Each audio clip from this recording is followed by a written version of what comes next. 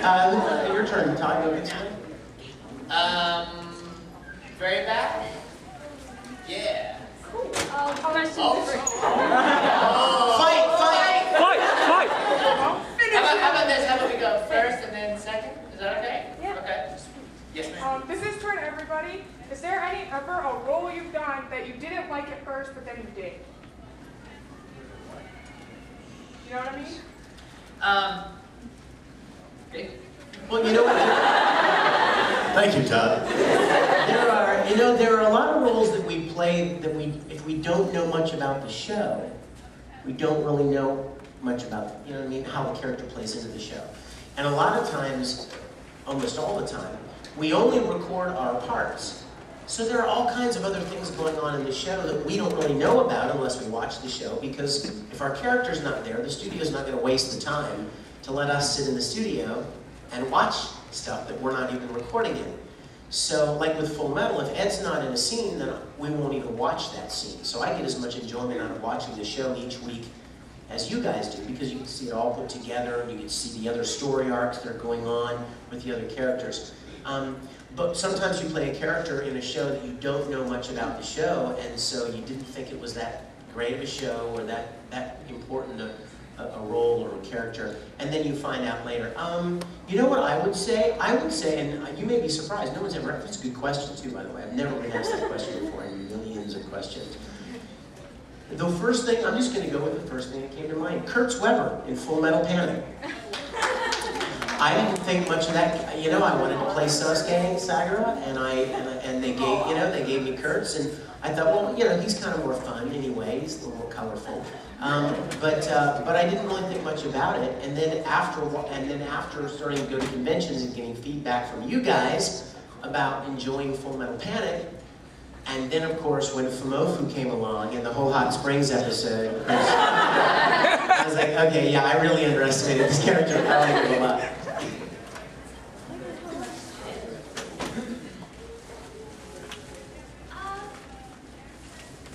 Oh, this is interesting because Todd's here and he cast this show because he directed it. But there's a show called Claymore. Yes, it was a great show to be a part of, but it was a show that all of the women in the building were just chomping at the bit because it's a show full of girls. So we all know somebody probably will get to be in it if you audition, but everybody wants like the same like 3 parts in particular, who's going to get them, whatever. And we had to go in and we also had to do lots of crazy fighting sounds and monster morphing screaming sounds and whatever. And naturally, because every actress, I don't care who you are and how modest you think you are, you always want to play the lead. I'm sorry, it's the truth. So, especially if you go in and you think you do like a really good job and you think, oh, me and Todd are really good friends, this is maybe happen for me. And then I end up being this character, Deneva. I'm like, she looks like Joan of Arc, that's pretty cool, I guess, whatever. And I thought she was sort of boring because her voice is just like adult Haruhi, and I'm like, whatever, do I get to kick whatever? Okay, fine. So like, cool, I'm in Claymore. And, but then I realized, wait, she just sounds like an adult Haruhi, so I don't really have to work too hard. But it's really easy on the voice, and then I ended up liking her a ton because she is really hardcore, and just the relationships that she has with some people, and really special episode that she has with Karen's character. And sometimes in a show that's full of so many characters, and especially like the Claymores, which they all look the same and fight the same-ish, it's easy to feel like, oh, I'm just going to get lost in the crowd if I'm not one of the main 3. But the show changed my mind about my character, and I like her a lot.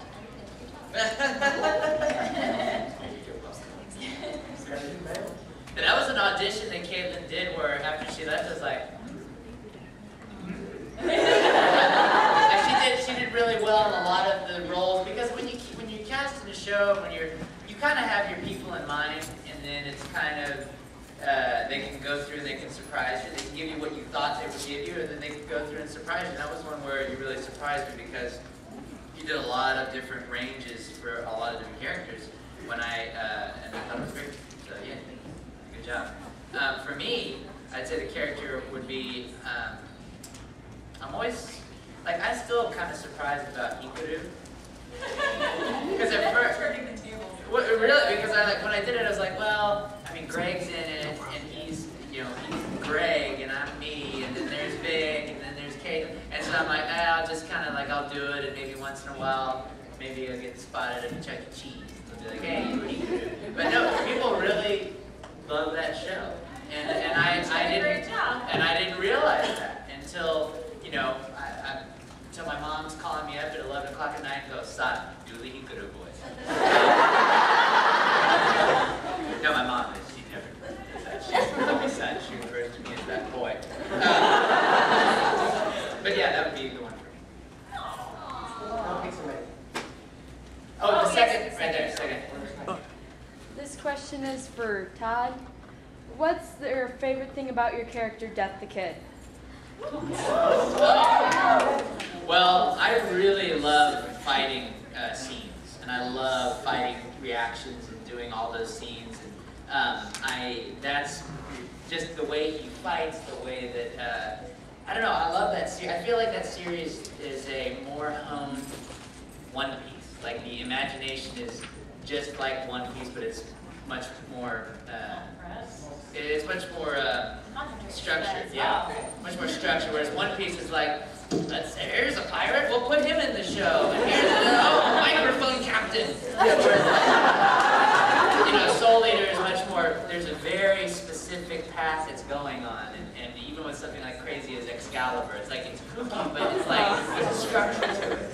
So, I just love the fight. I love all kinds of fighting in shows. That's my thing.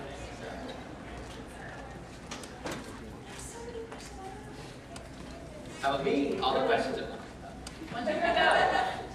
Right here. Yes, sir. How do you like the difference between the Homunculi first series and Homunculi in the second series?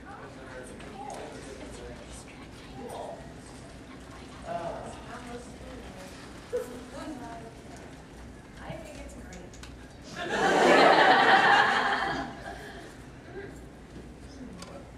I kind of like how they introduce earlier in the series that the homunculi are all part of the bigger puppet plan of Father.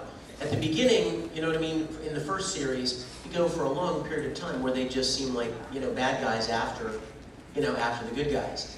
And little by little, you find out that there are these people pulling the strings. But I really love how, pretty quick, you realize that they are all doing the bidding of Father and have a grander plan. And I really like that change. Yeah. It's kind of, I like it and then I don't, but I don't think that it's bad. One of my favorite homunculi in the first series was Raph. So the second time around, Raph is very different. But I also like that one too. So I really enjoy getting to see another side of that character, and I won't say it because I know there are people in here who haven't seen it. So that was the biggest kind of disappointment, but then what proved to be really cool at the same time. So I miss old Raph, but I like it.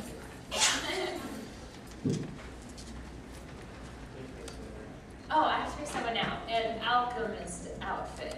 State Alchemist, yeah. Yeah, did you guys encounter any particular difficulties in picking up the characters again? I guess this doesn't deal with Todd, but in picking up the characters again for Brotherhood, were there any challenges, or was it just easy? You just fell right back into it? It wasn't too tough, to be honest, because not too many months prior, 7, 8 months, we had done the little chibi movies and all those things. The OVAs? The OVAs, so that was kind of fresh in our minds. I think maybe it had recently come out on DVD, so we had that, like, oh, okay.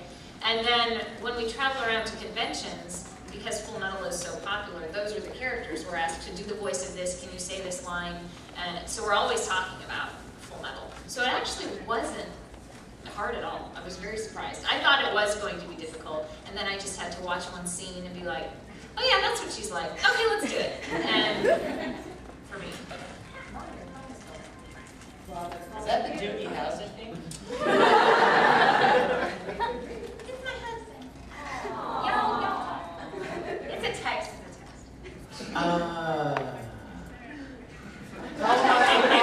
People in Detroit to text while paneling?